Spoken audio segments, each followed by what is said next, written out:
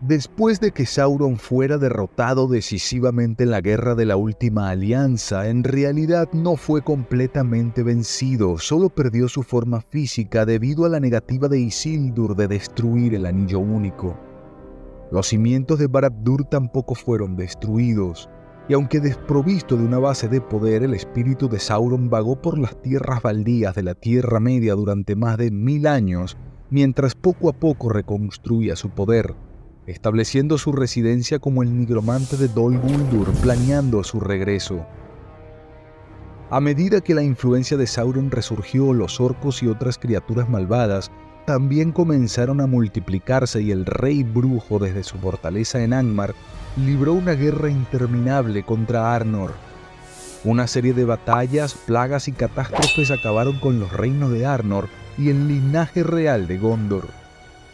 En el año 2941 de la Tercera Edad, el Concilio Blanco atacó a Dol Guldur y Sauron, aún no lo suficientemente fuerte como para derrotarlos, huyó, pero secretamente volvió a Mordor, donde sus fuerzas ya se estaban preparando.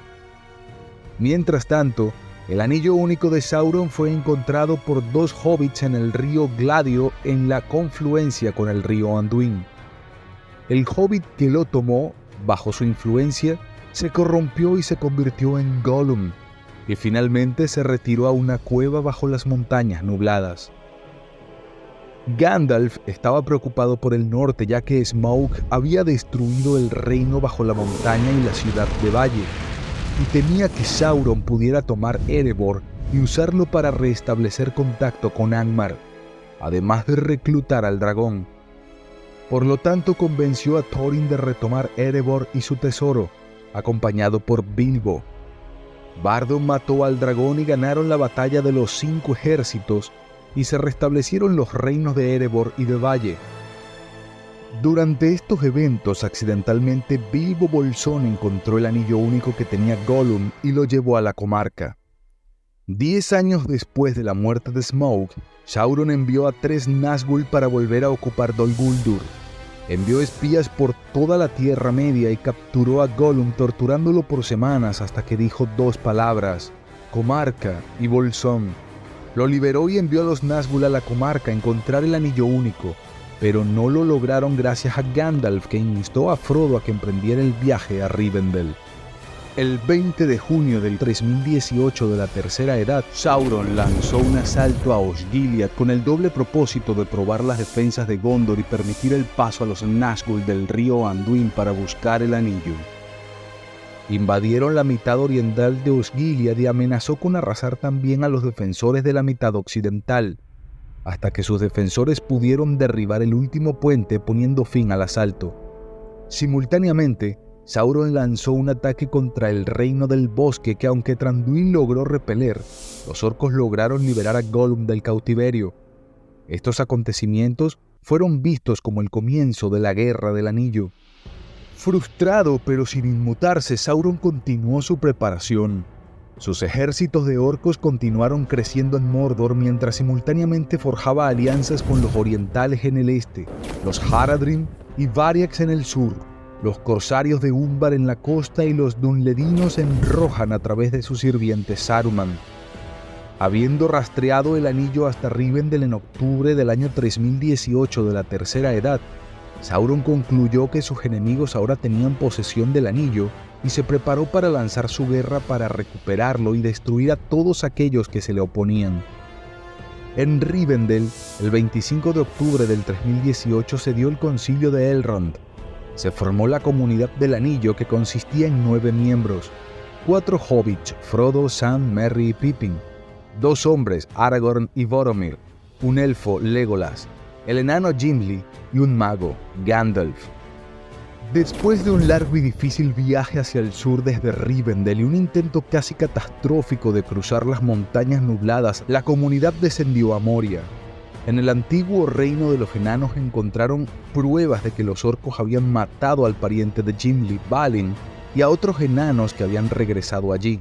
Pronto se enfrentaron al Balrog, conocido como el Daño de Durin. Gandalf cayó ante esta amenaza y la comunidad se vio obligada a continuar sin él.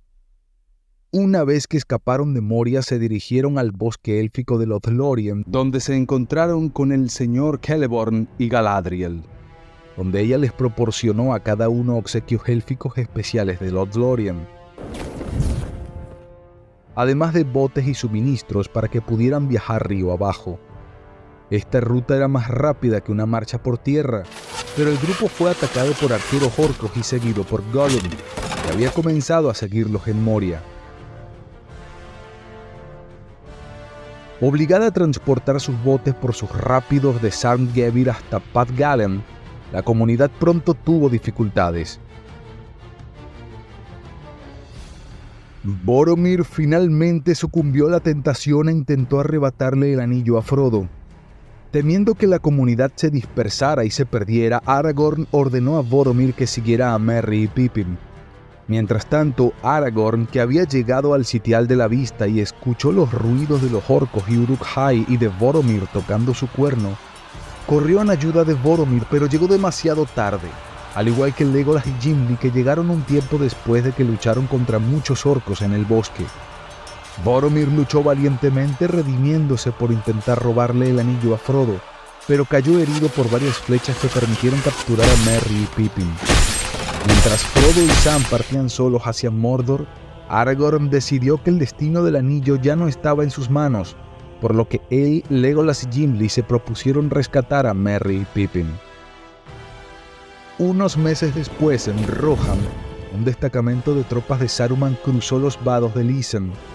Advertidos por buenos informes de inteligencia, Theodred, el hijo del rey Theoden, reunió en secreto sus fuerzas y cabalgó con ellas hasta los vados para lanzar un ataque sorpresa contra el enemigo.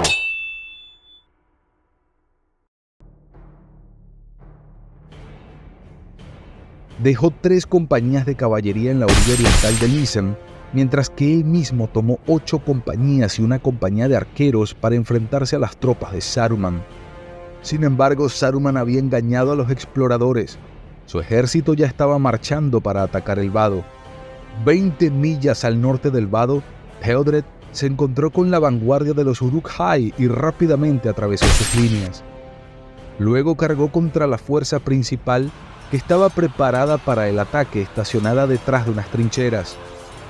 Los refuerzos salieron de Isengard y flanquearon a la caballería casi rodeándola. Rápidamente Theodred ordenó la retirada, pero los Uruk-hai no pudieron ser eliminados tan fácilmente. Grimbold, que estaba al mando de la retaguardia de los Rohirrim, tuvo que enfrentarse a los perseguidores. La fuerza del lado oeste de Saruman era mucho más pequeña pero más peligrosa. La guardia Rohirrim en el lado este del vado se había visto obligada a retirarse y sus atacantes volvieron a cruzar el vado para atacar a Theodred en ambos lados. Theodred y sus hombres habían desmontado en un pequeño islote para cubrir la retirada de Grimbold. Al mismo tiempo, las fuerzas de Grimbold estaban siendo atacadas desde el lado occidental, y cuando Grimbold miró hacia el este vio que las fuerzas de Theodred estaban siendo superadas. Grimbold y algunos hombres corrieron hacia la posición de Theodred. Theodred se estaba abriendo camino a través de las líneas Uruk-hai, pero cuando Grimbold lo alcanzó, Theodred había caído, asesinado por un orco gigante. Grimbold mató al orco y luego se encontró defendiendo el cuerpo de Theodred de los enemigos.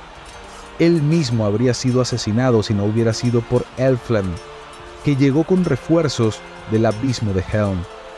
Los Uruk se retiraron después de la muerte de Theodred, y así terminó la primera batalla de los vados de Isen, con una victoria muy costosa para Rohan. El mando de la guarnición de los vados recayó en Erkebrand del Fold de Oeste.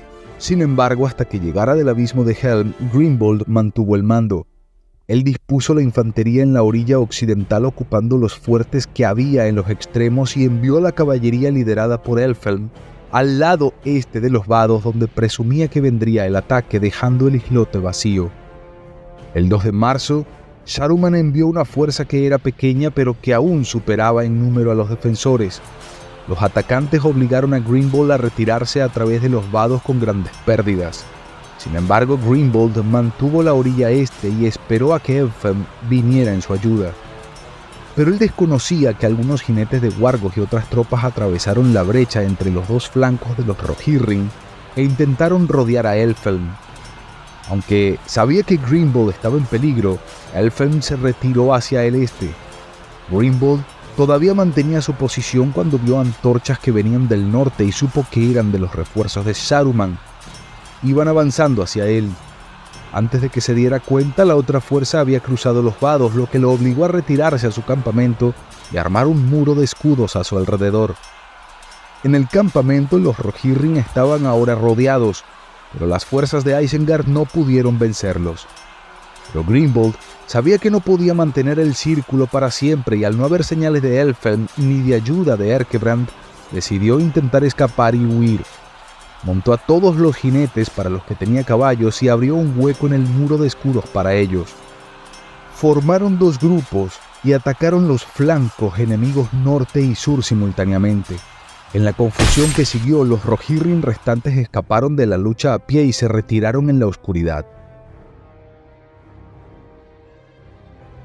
La segunda batalla había significado una derrota para los jinetes de la Marca, pero la posterior acción tanto de Grimbold como de Elfhelm de poner a salvo a sus tropas, después de que vieran que no podían contener al enemigo, fue aprovechada por Gandalf, quien los encontró muy avanzada la tarde del 3 de marzo, después de que Seorn llevara la noticia de la derrota de los vados.